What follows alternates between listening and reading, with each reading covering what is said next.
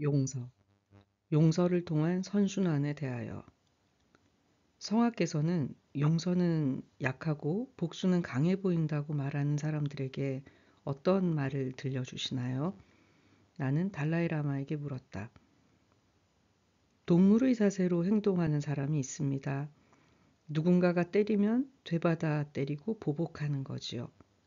달라이라마는 주먹을 쥐어 자신을 때리는 흉내를 냈다. 인간의 뇌를 가진 우리는 생각을 할 수 있어요. 폭력을 폭력으로 맞받아치는 게 단적으로 혹은 장기적으로 내게 무슨 소용이 있을까 하는 생각이요. 어떤 사람도 결코 잔인해지기 위해 남에게 상처를 입히기 위해 태어난 것은 아닙니다. 분명 특정한 상황과 이유 때문에 타인을 미워하고 폭행하는 것이지요. 만약 누군가 저를 미워한다면 제 행동이나 태도 혹은 표정이 그에게 적개심을 품도록 영향을 미쳤을지 몰라요. 그러니 저 역시 원인을 제공한 셈이지요. 누구를 탓해야 할까요? 앉아서 서로 다른 원인과 조건에 대해 생각하다 보면 사람이 아닌 원인과 조건에 화를 내야 한다는 것을 알 수 있을 겁니다.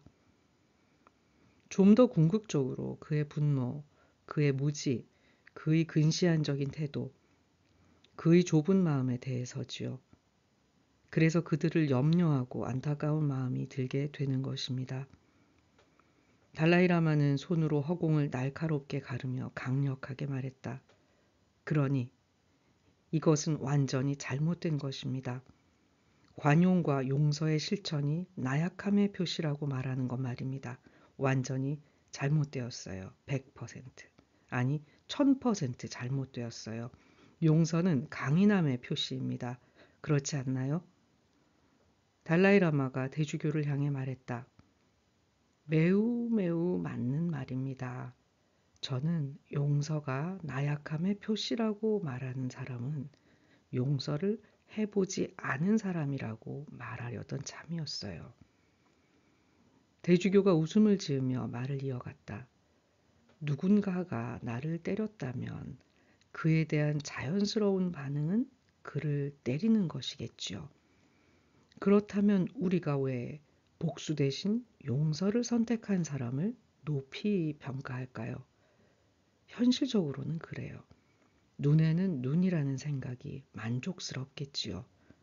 하지만 눈에는 눈이라는 식의 생각은 모든 세상을 눈멀게 만든다는 걸 결국 깨닫게 될 거예요. 우리는 복수에 대한 본능만큼이나 용서를 향한 본능도 가지고 있답니다. 실제로 인간은 복수와 용서, 이 두 가지 모두를 향한 욕구와 능력을 지니고 진화해 왔다는 연구 결과가 있다. 심리학자 마틴 데일리와 마고 윌슨이 전 세계의 서로 다른 60개의 문화권을 연구하고 그들의 95%가 가족과 친족이 당한 일도 그들을 위해 복수하는 관습을 가지고 있다는 사실을 발견해냈다.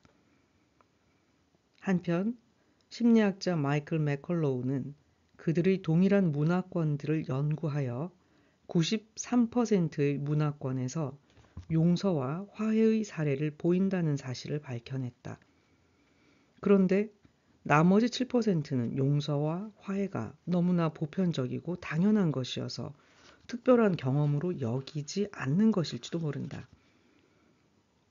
영장류학자인 프란츠 드발은 이와 같이 평화를 만드는 행위가 동물의 왕국에서는 지극히 일반적인 일이라고 설명한다. 침팬지는 서로 키스하고 화해하며 많은 다른 종의 동물들도 그렇게 한다. 인간과 유사한 영장류뿐만 아니라 양, 염소, 하이에나, 심지어 돌고래도 단 연구한 생물종 중 가운데 집에서 기르는 고양이는 갈등이 생긴 이후에 관계를 회복하는 행동을 보여주지 않았다.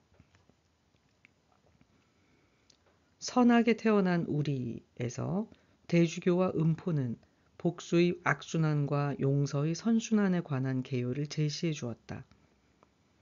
상처나 피해가 생겼을 때 상대방에게 똑같이 상처 입히거나 치유하거나 둘 중 하나를 선택할 수 있다. 만약 보복을 선택한다면 피해와 복수의 악순환이 끝없이 이어진다. 하지만 용서를 선택한다면 악순환을 멈추고 치유할 수 있으며 관계를 새롭게 하거나 피해와 복수의 악순환으로부터 벗어날 수 있다. 용서하지 않으면 우리의 감정은 분노, 화, 적대감, 그리고 증오의 극단으로 치닫는다. 그런 감정들이 잠시 폭발하는 것만으로도 육체에 나쁜 영향을 미칠 수 있다. 심리학자 샬럿 반 오엔 위트블리엇은 한 연구에서 사람들에게 자신에게 상처를 주거나 학대하거나 기분을 상하게 한 사람들을 생각하라고 했다. 그리고 나서 그녀는 그들의 심박수, 얼굴 근육, 그리고 땀샘을 관찰했다. 사람들에게 원한을 떠올리라고 했을 때 혈압이 오르고 심박수가 높아지며 땀을 흘리는 스트레스 반응을 보였다. 슬픔, 분노, 강렬한 감정을 느끼고 통제력을 잃는다는 것이다. 반면 공격한 사람에게 감정을 이입하고 그를 용서하는 상상을 하도록 요청하자 스트레스 상태에서 정상으로 돌아왔다. 인간은 사회적인 동물이기 때문에 우리를 하나로 묶어주는 관계에 균열이 생기면 개인적으로는 물론 집단 전체가 스트레스를 받는다. 용서와 건강의 관계 연구에 대한 리뷰에서 에버릿 워딩턴 주니어와 마이클 셰러는 용서하지 않는 것이 면역 체계에 다양한 방식으로 악영향을 준다는 사실을 발견했다. 예를 들어 주요 호르몬의 생산이나 세포가 감염에 대처하는 것을 방해하는 방식으로 말이다. 용서하지 못한 것에 대한 후회. 대주교님, 좀 전에 차를 마시기 전에 대주교님께 드린 마지막 질문에 대해 다시 이야기해봤으면 해요. 내가 주제를 제안했다. 가장 가까운 사람을 용서하는 것이 가장 힘든 일이라는 것에 대해서요. 그래요, 맞아요. 대주교님은 아버지가 어머니에게 한 일을 용서하기 어려웠으며 그 때문에 매우 고통스러웠다고 고백한 적이 있어요, 대주교님. 만약 아버지가 이 자리에 함께 있다면 그 일이 어떤 영향을 끼쳤는지 말할 수 있을까요? 그리고 아버지를 용서했다는 사실을 얘기할 수 있나요? 아버지에게 무슨 말을 어떻게 하시겠습니까? 저는 아버지가 술에 취해 어머니에게 폭력을 행사해서 대단히 상처를 입었다고 분명하게 말할 겁니다. 그러고 나서 대주교는 눈을 감고 마치 시간을 거슬러 여행하는 것처럼 조용하고 천천히 말했다. 아버지는 맨정신이었을 때는 멋진 사람이었어요. 저는 어머니를 무척 좋아했는데 아주 온화하고 대단한 분이었죠. 그래서 상황이 더 나쁘게 돌아간 것 같아요. 당시 아버지가 어머니를 거칠게 때릴 때 맞서기에는 힘이 없는 제 자신에게 화가 났어요. 어른들의 싸움에 끼어들기에 전 너무 작은 아이였던 거죠. 대주교의 눈이 상념에 젖은 듯 보였다. 제가 크게 후회하는 일 하나가 있어요. 우리 부부는 아이들을 스와질랜드에 있는 기숙학교에 데려다 주곤 했어요. 편도 500km 정도 되는 곳이었는데 가는 길에 부모님 댁이 있어 하룻밤을 묵곤 했어요. 당시 흑인이 묵을 수 있는 숙소가 없었기 때문이죠. 한 번은 스와질랜드에서 돌아오면서 레아의 어머니 집에서 하룻밤 묵을 계획을 세웠어요. 그곳은 제 부모님이 사는 흑인 거주 지역과 다른 곳이었죠. 그래서 제 부모님 집에 들러서는 짧게 안부 인사만 하고 나왔어야 했어요. 그런데 그때 아버지가 제게 하고 싶은 말이 있다고 했어요. 전 두통과 피로로 너무 힘이 든 상태였기 때문에 다음에 얘기하면 좋겠어요 라고 거절하고는 레아의 어머니 집으로 향했지요. 그리고 마치 소설 속에서 일어나는 일처럼 다음 날 아침 일찍 조카에게 아버지가 전날 저녁에 돌아가셨다는 소식을 전해 들었어요. 이제 아버지가 제게 하고 싶었던 이야기가 무엇이었는지 영영 알 수 없게 되었죠. 저는 아주 깊이 후회해요. 그 일을 생각하면 아직도 눈물이 납니다.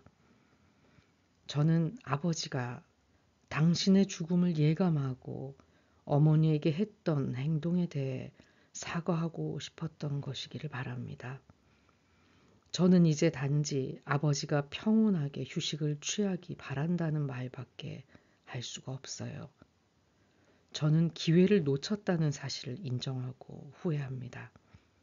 그 기회는 되돌아오지 않아요.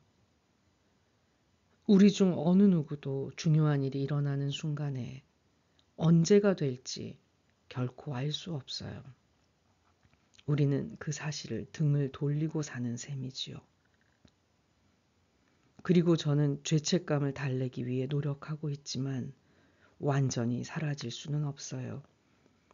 사실 어떤 이유를 들어 정당화한다고 해도 제가 거부한 것은 바로 용서할 기회였어요. 그리고 그것이 제 마음과 영혼의 짐으로 남아 있습니다. 그리고 저는 그가 저를 용서하기를 바랄 뿐이지요. 그래요. 이때 대주교의 목소리는 매우 슬프게 들렸다. 우리는 후회하며 슬픔에 빠져 있는 대주교와 함께 몇 분 동안 침묵 속에 앉아 있었다. 그는 아버지를 떠올리면서 젖은 눈으로 어딘가를 바라보다가 눈을 감았는데 아마도 기도를 하는 것 같았다. 그리고 우리도 그 기도 안에 함께 있는 것처럼 느껴졌다. 그의 슬픔과 상실감을 붙잡은 채 말이다. 침묵의 시간이 흐르고 먼저 입을 연 것은 달라이라마였다. 그가 티베트어로 이야기해서 진파가 통역을 해주었다. 달라이라마가 이렇게 말씀하셨어요, 대주교님. 당신은 아버지가 술에 취하지 않았을 때 얼마나 훌륭한 사람이었는지에 대해 말하셨죠. 그가 과오를 범한 건 오직 술에 취해 있을 때였어요. 그러니 비난을 받을 것은 술입니다. 정말로요. 진파가 통역을 마치자 달라이라마가 말을 못했다. 그래서 저는 그가 어쩌면 아주 착한 사람이었을 거라고 생각해요. 그리고 술을 마셨을 때는 진정한 그가 아니었던 거지요. 고마워요. 대주교가 말했다.